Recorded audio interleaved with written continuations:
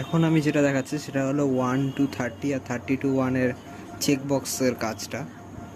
তো এটা আমার একটা সাইড করা হয়ে গেছে, তো আরেকটা সাইড বাকি আছে, তো ওই সাইডটাই আমি দেখিয়ে দেবো।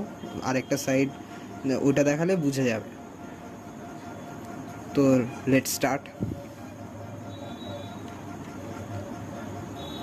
ফার্স্টে তোমাদেরকে কি করতে হবে, টেক্সট বক্স নিয়ে নিতে হবে। এখানে একটা টেক্সট বক্সটাকে ব্ল্যাঙ্ক করে দেবে ক্যাপশানে গিয়ে মুছে।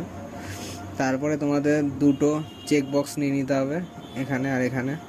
চেক বক্সে লিখে দেবে যে 1 to 30 আর 30 to 1 লেখা হয়ে গেলে এবার হবে হলো কোডিংয়ের ব্যাপারটা। তো এইগুলো আন্ডারেই কোডিং হবে। এই দেখো আমি এটা কোডিং করে নিয়েছি। সবার তার আগে একটা কাজ করতে হবে তোমাদেরকে, যেটা জানো তাও বলে দিচ্ছি। ফর্ম লোডে গিয়ে তোমাদের i = 0 লিখতে হবে। এই যে এখানে দেখতে পাচ্ছ i = 0 লেখা আছে, i = 0 লিখে দিতে হবে। আর এদিক দিয়ে কি করতে হবে, তোমাদের জেনারেল ডিক্লারেশন, এই যে এটা জেনারেল ডিক্লারেশন, এখান থেকে সিলেক্ট করতে হবে। জেনারেল ডিক্লারেশন সিলেক্ট করে এখানে ডিম স্পেস আই এটা লিখতে হবে। তাহলে এই দুটো মেন কাজ হয়ে গেল ফার্স্টে। তারপরে তোমাদেরকে এই চেক বক্সের উপরে ক্লিক করতে হবে। ক্লিক করে এখানে তোমাদেরকে এটা লেখা আছে, করা হয়ে গেছে। তো তাও বলে দিচ্ছি আমি, ইফ চেক 1, যেহেতু এটা চেক বক্স 1 তাই চেক 1 ডট ভ্যালু = 1, তারপরে তারপরে ফর স্পেস আই = 1 to 30, কেননা 1 to 30 করছি আমরা তাই 1 to 30। মানে text 1 dot text = text 1 dot text and double কোটেশনের মধ্যে কমাটাকে রেখে তারপরে আবার অ্যান্ড আই, তারপরে নেক্সট লিখে এলস লিখে text 1 dot text = double quotation open double quotation close, তারপর লাস্টে এন্ড ইফ। এটা তো হয়ে গেল আমাদের চেকবক্স 1 এর কাজ। এবার সেম মেথড ইউজ হবে চেকবক্স 2তেও। চেকবক্স 2তে তোমরা এবার কপি পেস্টও করতে পারো, এটাতে শর্টকাট হয়ে যাবে, তাড়াতাড়ি করতে পারবে। কেননা এক্সামের টাইমে তখন এই মেথডটা খুব কাজে লাগে কপি পেস্টে। আমি তোমাদেরকে তাই আর কপি পেস্টের ফাংশনটা দেখাচ্ছি না, কারণ তোমরা কপি পেস্ট করতে জানো। আমি তোমাদেরকে ব্রিফলি লিখে কোডিংটা দেখাচ্ছি যাতে তোমরা বুঝতে পারো। তাই 30 to 1 এরটা আমরা এখন লিখে দেখাচ্ছি, মনোযোগ দিয়ে ভালো করে দেখো কোডিংটা। আমি জুম করে দিচ্ছি।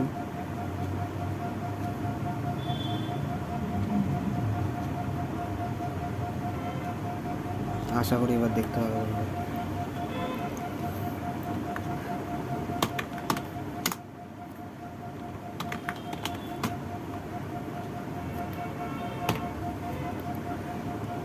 কোডিংটা হবে ইফ চেক 2 ভ্যালু = 1, দেন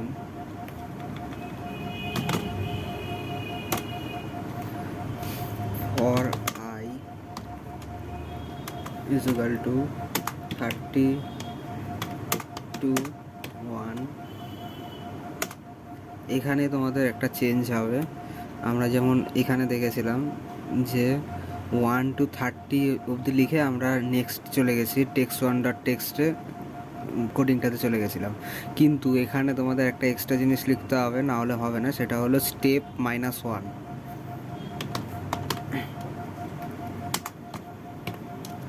এটা লিখলে তোমাদের এখানে প্রপার কোডিংটা এখানে হয়ে গেল।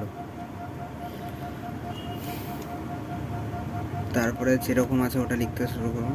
Text 1 dot text text 1 dot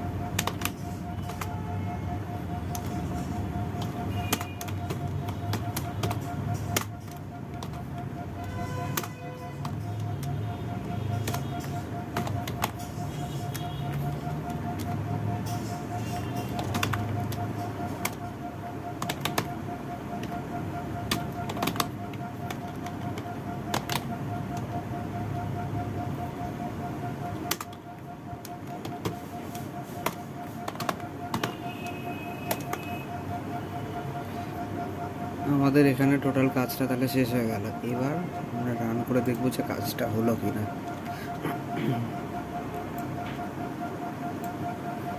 দেখো ফার্স্টে আমরা 1 to 30টা করলাম, দেখো এখানে ছোটো ছোটো অক্ষরে চলে এসছে 1 to 30 অবধি।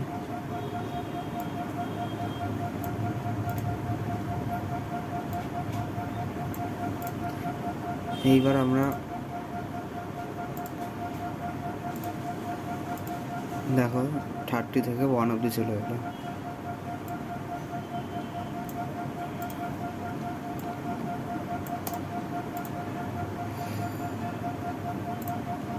এখানে 1 to 30 আছে, এখানে 30 to 1 আছে।